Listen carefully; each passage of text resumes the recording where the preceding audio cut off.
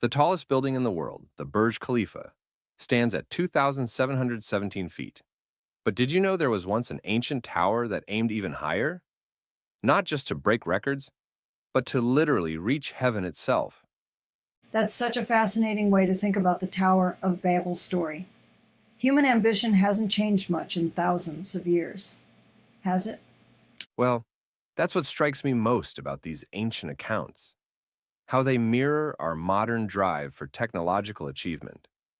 We're still trying to build our way to greatness, just with different materials. Hmm. And just like those ancient builders, we often confuse technological progress with actual human advancement, don't we? Exactly. And what's really interesting is how this story comes right after the flood narrative.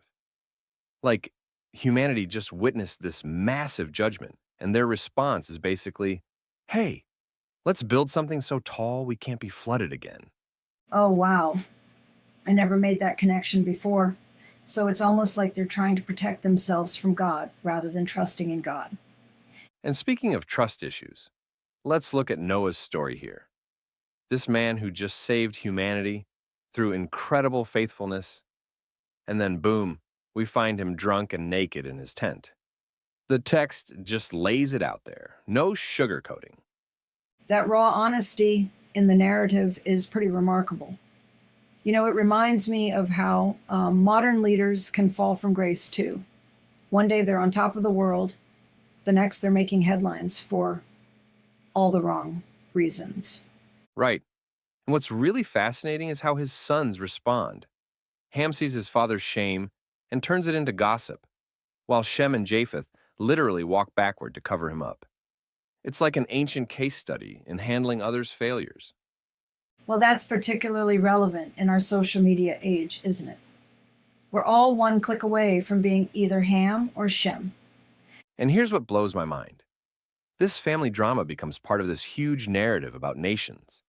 Like, these personal choices end up having global consequences that echo through generations.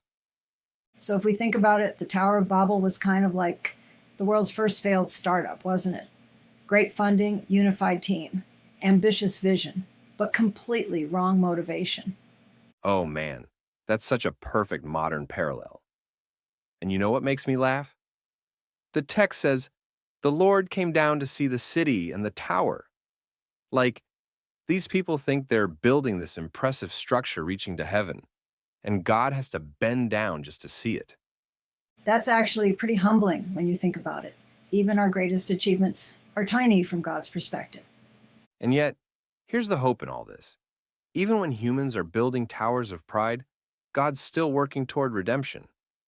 I mean, the confusion of languages at Babel isn't the end of the story. Fast forward to Pentecost, and suddenly everyone's hearing the gospel in their own language. That's such a beautiful reversal. Instead of human pride reaching up, it's divine grace reaching down. You know what this all comes down to? Whether we're building literal skyscrapers or metaphorical towers of achievement, we're still facing that basic choice. Do we trust in our own strength, or do we accept God's way? Well, that really brings it home to our modern context.